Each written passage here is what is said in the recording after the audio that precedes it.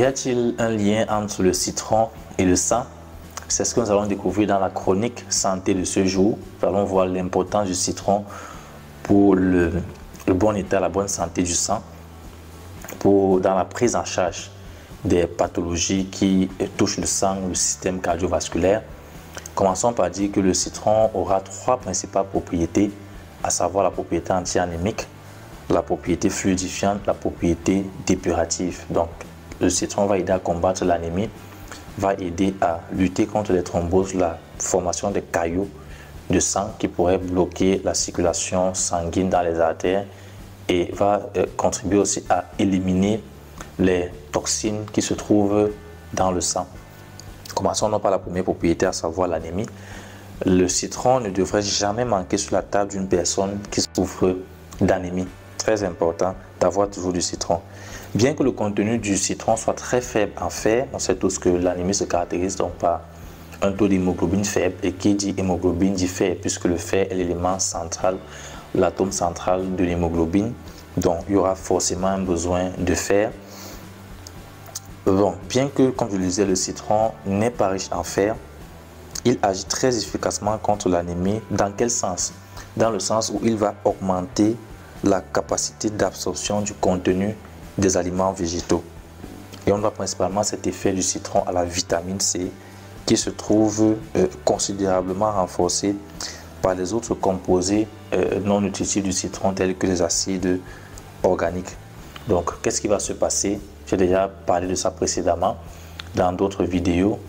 La vitamine C a été prouvée pour accroître l'absorption du fer. C'est pour ça qu'il est important, lorsque vous consommez du fer ou des médicaments à base de fer ou des aliments qui sont riches en fer, de les associer à des aliments qui sont riches en vitamine C ou à de la vitamine C, parce que la vitamine C va aider les intestins à absorber, à extraire suffisamment de fer des aliments que vous consommez. Donc c'est ce rôle que le citron va jouer.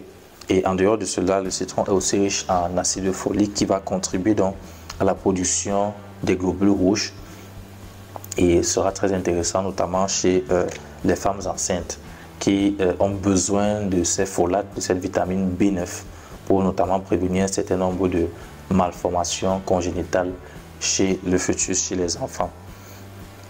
En outre, le citron va être intéressant dans d'autres pathologies circulatoires, notamment grâce à l'hespéridine et aux flavonoïdes qui sont contenus dans le citron, qui vont renforcer les parois des vaisseaux sanguins, qui vont donner plus d'élasticité, plus de flexibilité aux artères, et qui va éviter la tendance du sang à aller et donc à former les caillots. Il y a des pathologies donc comme l'artériosclérose, qui se caractérise par un durcissement des parois des artères. Donc le citron va contribuer à prévenir, à ralentir, à lutter contre ce durcissement de la paroi des artères, pour que les artères restent flexibles et efficaces dans leur action, dans leur fonctionnement.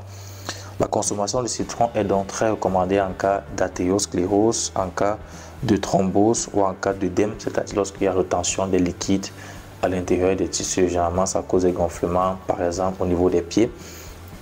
Et chaque fois que on a besoin de fluidifier le sang, chaque fois qu'on a besoin de pathologies, comme par exemple aussi l'AVC, qui est souvent lié à la formation de thrombose. Dans le cas de l'AVC ischémique, il y a blocage de la circulation sanguine au niveau du cerveau par un thrombus, par un caillot. Donc la consommation de citron va aider. Et aussi les hypertendus peuvent inclure le citron.